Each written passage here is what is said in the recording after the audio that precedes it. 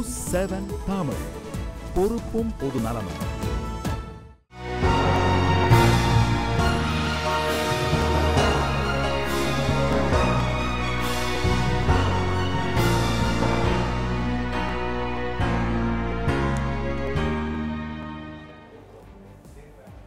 வணக்கம் நேர்களே, கண்மணிகள் விவாத நிகழ்ச்சிக்கு உங்களை வரவேற்பது ஐஸ்வர்யா கிருஷ். பெண்கள் நாட்டின் கண்கள் என்பார்கள். ஆனால் இன்றளவும் பெண் சிசு கொலை, குழந்தை திருமணம், பாலியல் ரீதியிலான கொடுமைகள் நடக்கிறது.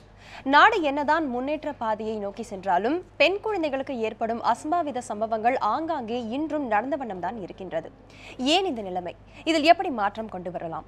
விவாதிக்கலாம் இந்த சர்வதேச பெண் குழந்தைகள் தினமான இன்றில். இது குறித்து விரிவாக விவாதிப்பதற்காக நமது அரங்கத்தில் சுந்தரவள்ளி பெண்ணியவாதி அவர்களும் திருப்புர சுந்தரி குழந்தை உரிமை ஆர்வலர் அவர்களும் நம்மளோட அரங்கத்தில் இணைஞ்சிருக்காங்க. அவங்களோட இனி நம்ம பேசலாம். வணக்கம் மேம். சுந்தரவள்ளி மேம், நீங்கள் ஒரு பெண்ணியவாதி, நீங்கள் நிறைய விஷயங்கள் பார்த்துருப்பீங்க. பொதுவாக பெண் குழந்தைகள் வளர்றதுக்கு என்ன மாதிரி விஷயங்கள்லாம் தடையாக இருக்கும்னு நினைக்கிறீங்க? முதல்ல பாலின வேறுபாடு தான் முதல் தடை. பெண் குழந்தை என்பதே தடை. முன்பு நான் சொல்லிட்டு இருந்த பொருளாதார ரீதியான தடை தான் பெண் குழந்தைகள் வளருவதற்கும் கொலை செய்யப்படுவதற்கும் காரணம் என்று நினைத்து கொண்டிருந்தோம். ஆனால் பணக்கார வீடுகளிலும் பெண் குழந்தைகள் கொலை செய்யப்படுகின்றன என்று தெரிய வருகிற போதுதான், அல்லது பெண் குழந்தைகள் பரவலாக கொலை செய்யப்படுகிற போதுதான் முதல்ல ஜெண்டர், பெண் குழந்தை, பெண் பால் என்பதே பெண்களுக்கு இரண்டாம் பட்சமாக பார்க்கப்படுகிற பார்வை தான் முதல் தடை. ரெண்டாவது, பெண்கள் குறித்த கற்பிதங்கள். பெண் இப்படித்தான் இருக்க வேண்டும், இதை தாண்டி அவள் போகக்கூடாது என்கிற கற்பிதங்கள் ரெண்டாவது. சமூகம் சார்ந்த பார்வைகள் மூன்றாவது. நான்காவது, பாடத்திட்டங்கள். மீண்டும் மீண்டும் பெண்களை குடும்பம் சார்ந்தவர்களாகவே காட்டிக் கொண்டிருக்கிற இன்றைய வரைக்கும் இருக்கின்ற பாடத்திட்டங்கள். நான்காவது, அரசியல் சார்ந்த எந்த விதமான விழிப்புணர்ச்சியும் இல்லாத ஒரு சூழல். இவையெல்லாம் ஒட்டுமொத்தமாக சேர்ந்துதான் பெண்களை இரண்டாம் பட்சமாக பார்க்கிற ஒரு பார்வையை உருவாக்கி வைத்திருக்கிறது. இதுக்கு ஒரு நீண்ட வரலாறும் நீண்ட தேடலும் தேவைப்படுகிறது இன்றைய சூழ்நிலையில். எனவே பெண்களுக்கான தடை என்பது மிக பரந்த அளவில் உலகம் முழுவதும் நான் சொல்றேன். இந்தியாவில், தமிழ்நாட்டில் மட்டும் நான் சொல்லலை.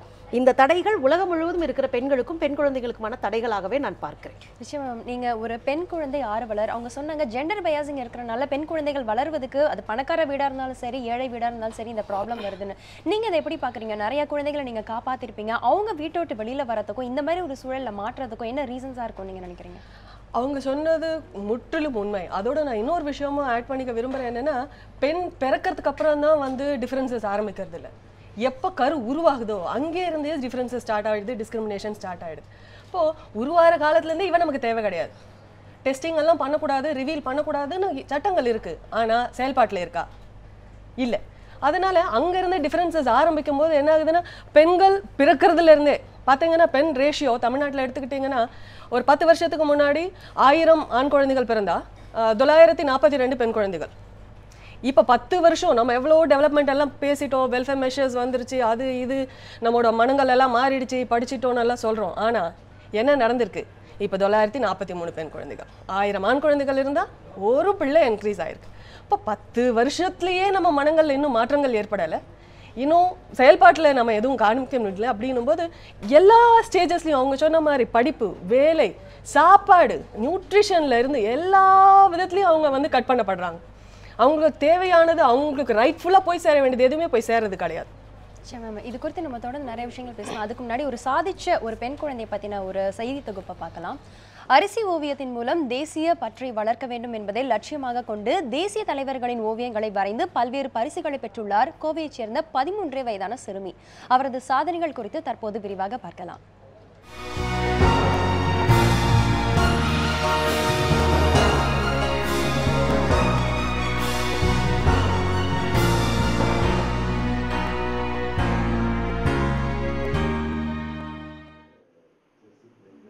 ஓவியக்கலையில் ஒரு புது முறையை கையாளும் விதமாக அரிசியில் தலைவர்கள் ஓவியங்களை வரைந்து வருகிறார் கோவை சரவணம்பட்டியை சேர்ந்த மதுராந்தகி.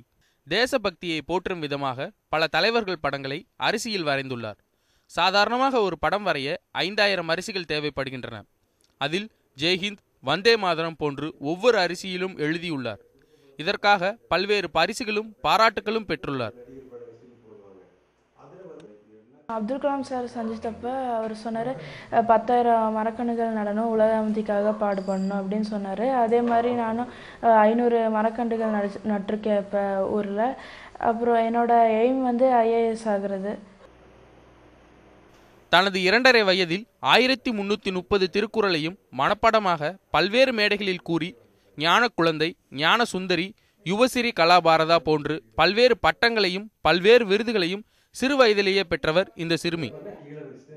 இந்த ஞாபகத்திறன் தற்போது இவர் சதுரங்க விளையாட்டிலும் சாதிக்க உதவுகிறது என்றும், ஓவியம், சதுரங்கம் இவை அனைத்திற்கும் திறன் அறிந்து ஊக்குவித்ததால் தான் அவள் வெற்றியடைய முடிந்தது என்றும் பெருமையுடன் கூறுகிறார் மதுராந்தகியின் தந்தை. நம்ம குழந்தைக்கு வந்து அந்த ஆசைப்படுறது சொல்லி நம்ம திணிக்கக்கூடாது. திணிக்காமல் அதே சமயம் அந்த குழந்தை வந்து ஒரு சாதனைகள் செய்யறதுக்கூடிய வாய்ப்புகளை நம்ம உருவாக்கி கொடுக்கலாம். அப்படிங்கிறதுக்காக நாங்கள் வாய்ப்புகளை உருவாக்கி கொடுத்தோம். தற்போது மதுராந்தகி தனது அரிசி ஓவியங்களின் மூலம் தன்னை போன்ற குழந்தைகளுக்கு தேசப்பற்றை ஊட்ட வேண்டும் என்பதற்காக தேசத் தலைவர்கள் படத்தை வைத்து ஒரு கண்காட்சி நடத்துவது தனது ஆசை என்கிறார்.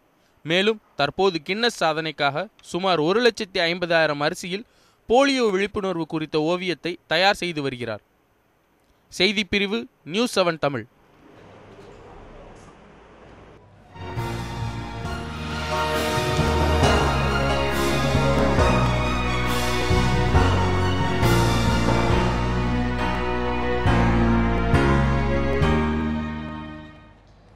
அது ஒரு நல்ல ஒரு செய்தி தொகுப்பை பார்த்தோம் மேம். அதாவது குழந்தை, அதுவும் பெண் குழந்தை சாதிக்கிறதுக்கு வயது வரம்பே இல்லை. வெறும் 13 வயசான குழந்தை தன்னோட அளவுக்கு மீறி சாதிச்சுட்டு வராங்க. அந்த செய்தி தொகுப்பை பார்த்தோம்.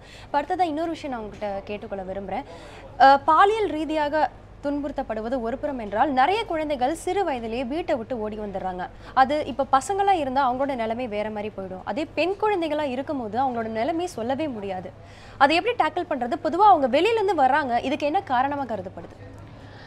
காரணங்கள் நிறைய இருக்குது. லிஸ்ட் பண்ணால் என்லெஸ்ஸாக போயிட்டுருக்கோம். அதில் வேணால் ரொம்ப ஸ்பெசிஃபிக்காக வந்து 2-3 காரணங்கள் நான் சொல்லணும்னு நினைக்கிறேன். ஒன்று வந்து ஃபேமிலி. குழந்தையோட முதல் பேசிக் யூனிட் வந்து ஃபேமிலி தான். அங்கே அவங்களுக்கு அன்பு, ஆதரவு எல்லாம் கிடச்சிதுன்னா வெளியில் வர்றதுக்கான காரணம் வந்து ரொம்ப குறைஞ்சிரும். ஒன்று.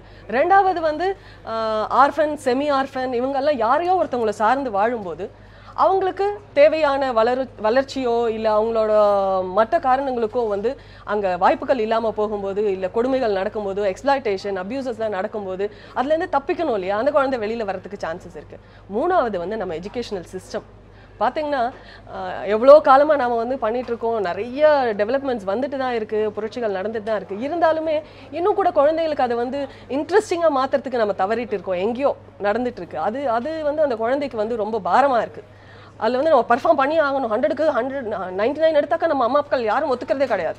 100 மட்டும்தான் எடுக்கணும் அப்படின்னு நம்ம சொல்லும்போது அந்த குழந்தை பர்ஃபார்ம் பண்ண முடியல அப்படின்னும் போது என்ன பண்ணுவாங்க, அந்த ப்ரெஷர் வெளியில் வந்துடணும், இங்கேருந்து ஓடி போயிடலாம் அப்படின்னு தான் தோணும். இதெல்லாம் நமக்குள்ளே நடக்கிற விஷயங்கள் தான். நம்ம மனநிலையில் மாற்றம் ஏற்பட்டால் ஒழிய நாம் வந்து பெண் குழந்தை அவங்களோட ஈக்குவாலிட்டி எல்லாம் பேசுறது ரொம்ப கஷ்டமாக இருக்கு. இல்லை, இது எனக்கு இதோட தொடர்ந்து இன்னும் நிறைய அதிர்ச்சியான விஷயங்கள்லாம் இங்கே சொல்லணும். ஏன் அப்படின்னா, இந்தியாவில் தாங்க 500 ரூபாய்க்கு குழந்தைங்களை விற்கிற ஒரு அவல நிலை இருக்கு.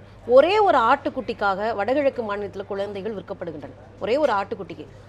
ரெண்டாவது, இந்த குழந்தைகள் எல்லாம் தத்தெடுக்கப்படுகிறது அப்படின்னு நம்ம நினைச்சிட்டு இருக்கோம். தத்தெடுக்கிற இடத்துல பாலியல் துன்புறுத்தலுக்கு உட்படுத்தப்படுகிறவரும் அல்லது வேலைக்காரர்களாக வைக்கப்படும். இது ஒரு பக்கம். இன்னொரு பக்கம், பெற்றோர்களாலே இந்த குழந்தைகள் கொண்டு போய் கொத்தடிமைகளாக வியாபார தலங்களில் வெறும் 5,000 ரூபாய்க்கு விற்கப்படுகிற அவலம். நீங்கள் பார்த்தீங்கன்னா காஞ்சிபுரம் பட்டுத்தறிகளில் நிறைய குழந்தைகள் விற்கப்படுகிறது. ரெண்டாவது பார்த்தீங்கன்னா சிவகாசி தீப்பெட்டி தொழிற்சாலைகள். மூன்றாவது ஹோட்டல்களில் கிட்டத்தட்ட 5 லட்சம் குழந்தைகளுக்கு மேற்பட்டவர்கள் குழந்தை தொழிலாளர்களாக தமிழ்நாடு முழுவதும் இருக்கிறார்கள் என்றால் அதில் பெரும்பாலானவர்கள் கொத்தடிமைகள். செங்கற்சூளைகளில் குடும்பமாகவே கொத்தடிமைகளாக இருக்கிறது வேற, குழந்தைகளை மட்டும் கொத்தடிமைகளாக விட்டு வைப்பது வேற. இது மாதிரியாக ஒட்டுமொத்தமாக இந்தியா முழுவதும் அடிப்படையில் குழந்தை தொழிலாளர்களாக இருப்பவர்களும் 5 ரூபாய்க்கும் 10 ரூபாய்க்கு விற்கப்படுவதும், சுற்றுலா தலங்களில் பெண் குழந்தைகள் பாலியல் தொழிலாளர்களாக மாற்றப்படுவதும், கிட்டத்தட்ட 40% பெண் குழந்தைகள் சுற்றுலா தலங்களில் பாலியல் தொழிலாளிகளாக இன்றைக்கு இருப்பதாக புள்ளி விவரம், மிக சமீபத்தில் வந்த புள்ளி விவரம் காட்டுகிறது. எனவே பெண் குழந்தைகளுக்கு எதிராக இந்த சமூகம் பெரிய அளவில் அவலத்தை உருவாக்கி வேடிக்கை பார்த்து கொண்டிருக்கிற ஒரு சூழல் இருக்கிறது அப்படின்றதையும் நம்ம பதிவு செய்ய வேண்டியிருக்கு. நிச்சயமா மேம். அதாவது சொசைட்டி ஒரு முக்கிய காரணம் சொல்றீங்க. இதுல இன்னொரு மோசமான விஷயம் என்னன்னா, நிறைய இடத்துல பேரண்ட்ஸே கொண்டு போய் பிள்ளைகளை விட்டுறாங்க. இப்ப பாத்தீங்கன்னா ஒரு தம்பதியினர் கல்யாணம் பண்ணி நமக்கு ஒரு குழந்தை பெற்றுக்கணும், அதை நல்லா வளர்க்கணும் அப்படிங்கிற ஒரு சிஸ்டம் மாதிரி குழந்தைங்களை வந்து ஒரு பிஸ்னஸ்க்காக எனக்கு 10 பிறக்குதா அது 10 கொண்டு போய் நான் எங்கேயாவது கொண்டு போய் விட்டுறேன் அப்படிங்கிற ஒரு அந்த இடத்துல இஷ்யூ வருது. இந்த பாப்புலேஷன் இந்த எக்ஸீடாரனால இந்த விஷயங்கள் அதிகமாகுதுன்னு நீங்கள் நினைக்கிறீங்களா? நிச்சயமாக கிடையாது. பாப்புலேஷன், பாவர்ட்டி இதெல்லாம் வந்து எக்ஸ்கியூசஸ். இதெல்லாம் அவங்க வந்து அவங்கள காப்பாற்றிக்கிறதுக்காக மற்றவங்க கிட்ட சொல்கிற விஷயங்கள். இது நிச்சயமாக காரணம் கிடையாது. ஏன்னா ஒன்றுமே இல்லாத தெருவில் பிச்சை எடுக்கிறவங்க கூட அவங்க குழந்தைய அழுத்தி வச்சுக்கிட்டு தான் இருப்பாங்க. குருவிக்காரர்கள் நீங்கள் பார்க்கலாம், அவங்க குழந்தைங்களை எங்கேயும் விடுறது கிடையாது. மற்றவர்கள் தான் இதெல்லாம் இந்த வேலைகள் எல்லாம் செஞ்சுட்டு இருக்காங்க. இன்னொரு விஷயம் நான் பதிவு பண்ணிக்க விரும்புகிறேன் போன கேள்வியை ஒட்டி.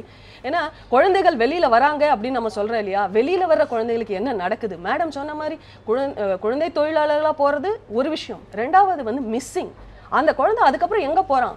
அந்த வெளியில் வந்து 20 நிமிடத்துக்குள்ளே ஒரு குழந்தைய நம்ம வந்து ரெஸ்கியூ பண்ணிட்டோம்னா அந்த குழந்தையோட வாழ்க்கை காப்பாற்றப்படுகிறது. இல்லை அப்படின்னா அந்த கோல்டன் அவர் தவறிடுச்சு அப்படின்னாக்கா டிராஃபிக்ட், எக்ஸ்ப்ளாய்டட், அப்யூஸ்ட் என்னென்ன வேணால் நடக்குது. நீங்கள் பார்த்தீங்கன்னா நம்ம ministry of women and child welfare கொடுக்குறாங்க. மிஸ்ஸிங் சில்ட்ரன் நம்பர்ஸ் அப்படியே என்லெஸ்ஸாக போயிட்டுருக்கு. ஆயிரங்கள். எங்கே போகிறாங்க அந்த குழந்தைகள்? அதில் மோஸ்ட்லி பார்த்தீங்கன்னா பெண் குழந்தைகள். இதுக்கெல்லாம் ஹிஸ்ட்ரியே கிடையாது, இதுக்கெல்லாம் டாக்குமெண்டேஷனே கிடையாது. என்ன நடக்குது ஏது நடக்குதுன்னு யாரும் இன்னும் ஒன்றும் பண்ண முடியல, ட்ரேஸ் பண்ணவே முடியாத போயிருக்குது அந்த குழந்தைகளை. சரி மேம், இது கேட்கறதுக்கு வந்து ரொம்ப அதிர்ச்சிகரமாக இருக்குது இந்த விஷயங்கள். ஏன் இதெல்லாம் வந்து ஒரு ஸ்ட்ராங்காக பண்ணுறதுக்கு ஒரு சட்ட திருத்தம் கொண்டு வரக்கூடாது? சட்ட திருத்தம் கொண்டு வரதான் இதை நம்ம அவாய்ட் பண்ண முடியுமா? சட்டங்கள் முதல்லையே நிறைய இருக்கு. ஆன்டி டிராஃபிக்கிங் லா இருக்கு. அதற்கான ஒரு விழிப்புணர்வு இல்லைன்னு சொல்லலாமே. அதுதான் முதல்ல முக்கியம். மனநிலை மாற்றமும் விழிப்புணர்வும் இல்லாதது மட்டுமே ஒரு காரணம். ஏன்னா அவங்க வந்து பெண் குழந்தைகளை காப்பாற்றணும், இது நம்ம கடமை நினைக்கிறதே கிடையாது. இது பர்டன். இது எனக்கு இன்னைக்கு நான் இதை படிக்க வைக்கணும், வளர்க்கணும், இதுக்கு நான் வந்து வேலை வாங்கி தரணும், நாளைக்கு கல்யாணம் பண்ணி கொடுக்கணும், அதுக்கு வேற நான் டவுரி கொடுக்கணும். அப்போ இது எல்லாமே என் மேலே இருக்கிற வந்து வலுவா நான் நினைக்கிறேன். அப்போ எனக்கு இது தேவை கிடையாது இல்லையா? இவங்க சொன்ன மாதிரி எங்கேயோ ஒரு ஹொசைரி யூனிட்ல கொண்டு போய் தள்ளிடலாம், செங்கல் சூளையில கொண்டு போய் தள்ளிடலாம். அட்லீஸ்ட் இது படிக்கவும் வேண்டாம், இது நமக்கு வந்து பணத்தையும் கொண்டு வந்து கொடுக்கும். அண்ட் இது கொஞ்சம் பணம் கொண்டு வந்ததுன்னா இதுக்கு கல்யாணமும் முடிஞ்சா பண்ணி வைக்கலாம். அப்படிங்கிறது தான் இவங்களோட மனநிலையில இருக்கு. பேரண்ட்ஸ்க்கே இப்போ வந்து குழந்தை வந்து ஒரு பர்டன் இல்லைன்னா சம்பாதிக்கணும் இல்லை. இந்த சமூகம் சார்ந்த சூழல் அப்படிதான் இருக்கு. ஒரு பேரண்ட்ஸ் எப்படி யோசிக்க வைக்கிறாங்க அப்படின்னு சொன்னா மீண்டும் மீண்டும் இப்போ பொம்பளை பிள்ளைங்க எல்லாம் தேவையில்லை. அவங்க வந்து என்ன பண்ண போறாங்க? உனக்கு கடைசி காலத்துல காப்பாற்ற போறது யாரு? ஆம்பளை பிள்ளைங்க தான். உனக்கு வந்து கொள்ளி வைக்க போறது யாரு? ஆம்பளை பிள்ளைங்க தான். ஆனா எத்தனை இடத்துல ஆம்பளை பிள்ளைங்க பேரண்ட்ஸே கொண்டு போய் ஹோம்ல விடுறாங்க. அதுதான் நிறைய பாத்தீங்கன்னா கிராமங்கள்ல கூட ஓரளவுக்கு தவிர்க்கிறாங்க.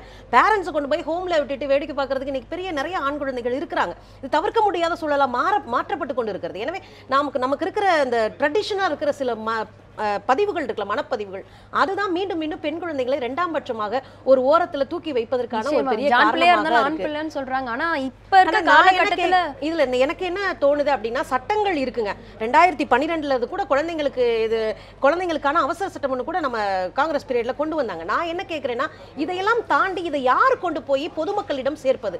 நம்ம நாட்டுல எஜுகேஷன் ரொம்ப கம்மி. கிட்டத்தட்ட பெண்களுக்கு வந்து 60% மேலாக எஜுகேஷன் உயர்கல்வி கிடையாது. அப்படி இருக்கிற சூழ்நிலையில் இந்த சட்டங்கள் குறித்து அவங்களுக்கு என்ன தெளிவு இருக்கும்? குடும்ப வன்முறை சட்டம்னு ஒண்ணு இருக்கு, அது எத்தனை பேருக்கு தெரியும்? அப்ப சட்டங்கள் இருக்கிறது பிரச்சனை இல்லை, அதை கொண்டு போய் மக்களிடம் சேர்க்க வேண்டும். எப்படி புள்ளிராஜாக்கு எய்ட்ஸ் வருமா அப்படின்னு ஒரு விளம்பரம் மூலமாக எய்ட்ஸ் குறித்து ஒரு விழிப்புணர்வு உருவாக்கினீர்களோ, அது மாதிரி பெண் குழந்தைகளை பாதுகாப்பதுக்கு என்று செலவழிங்க அரசாங்கம். நம்முடைய நாட்டில் இருக்கிற குழந்தைகளை பாதுகாக்கிறதுக்கு அரசாங்கம் செலவழிக்க மாட்டோம்னீங்கன்னா அப்புறம் யாருக்காக நீங்க செலவழிக்க போறீங்க? யாருக்காக இந்த அரசாங்கம் என்கிற ஒரு கேள்வி இருக்கிறது. எனவேதான் மீண்டும் என்ன சொல்றேன்னா, இத்தனை ஊடகங்களின் மூலமாக அரசு மக்களுக்கு விழிப்புணர்வை ஏற்படுத்துகிற பிரச்சாரத்தை தொடர்ந்து செய்ய வேண்டும். தொண்டு நிறுவனங்கள் இருக்கிறாங்க, இவங்களுக்கு என்ன ஒரே பார்வைனா தொண்டு நிறுவனங்கள் அப்புறம் காசு சம்பாதிக்கிற இடம் அப்படின்னு மட்டுமே பாக்குறாங்க. அது ஒரு பார்வையாவே இல்லை, அது அப்படி மட்டுமே பார்க்க வேண்டிய அவசியம் இல்லை. ரெண்டாவது, அதை ஒரு சிறுபான்மை மக்கள் நடத்துகிறார்கள் என்ற பார்வை இன்றைக்கு இருக்கிற அரசாங்கத்திட்ட கூடுதலா இருக்கு. எனவே அதை அப்படி பார்க்க தேவையில்லை. தொண்டு நிறுவனங்கள் மூலமாக சில விஷயங்களை இம்ப்ளிமெண்ட் பண்ணலாம். நீங்க குறிப்பா பாத்தீங்கன்னா, உசிலம்பட்டி நம்ம பெண் குழந்தைகள் கொலை செய்கிற இடம், என்னுடைய சொந்த ஊரும் கூட அதுதான். பெண் குழந்தைகளை கொலை செய்கிற இடம் என்று நம்ம இத்தனை நாள் வச்சிருந்தோம். இப்போ நீங்க பாத்தீங்கன்னா, தமிழ்நாட்டில் இருக்கிற பெண் குழந்தைகள் ரொம்ப ரேஷியோ கம்மியா பிறந்திருக்கிற ஒரு ஊர்ல மதுரை மாவட்டம் வரவே இல்லை. ஆனா தொடர்ந்து தர்மபுரி மாவட்டம் இருக்கு. மதுரை மாவட்டம் வராதுக்கு என்னன்னா, உசிலம்பட்டில் எங்கே தொண்டு நிறுவனங்கள் ஒரு முக்கிய காரணம். எனக்கு நல்லா தெரியும். அங்க இருக்கிற வெட்டர்ஸ் போன்ற பெரிய தொண்டு நிறுவனங்கள் எல்லாம் தெரு தெருவாக பிரச்சாரம் பண்ணாங்க. இன்னைக்கு இனிஷியலுக்காக அந்த பொண்ணுகள் போராடிட்டு இருக்காங்க, இனிஷியலி சேர்த்து வைப்பேன் அப்படின்னு சொல்லிட்டு. ஸோ இது மாதிரியான தொண்டு நிறுவனங்களை பயன்படுத்தணும், மீடியாக்களை பயன்படுத்தணும், தினசரிகளை பயன்படுத்தணும். இப்படி அரசாங்கம் முன்வைத்தால் தான் சட்டங்கள் போய் சேரும். இருக்குன்னு தெரிஞ்சாதானே பயன்படுத்த வருவான். இருக்கிறதே தெரியாதப்போ அவங்க எப்படி பயன்படுத்துவாங்க? அதுதான் அங்க பிரச்சனை. அரசாங்கத்தோட கோஆபரேஷன் ரொம்ப முக்கியம் அப்படிங்கிற ஒரு முக்கியமான விஷயத்தை முன் வச்சிருக்கீங்க. நம்ம தொடர்ந்து பேசலாம். அதுக்கு முன்னாடி ஒரு சிறிய இடைவேளைக்கு போயிட்டு வந்துடலாம். நேயர்களே, கண்மணிகள் நிகழ்ச்சியில் ஒரு சிறிய இடைவேளை.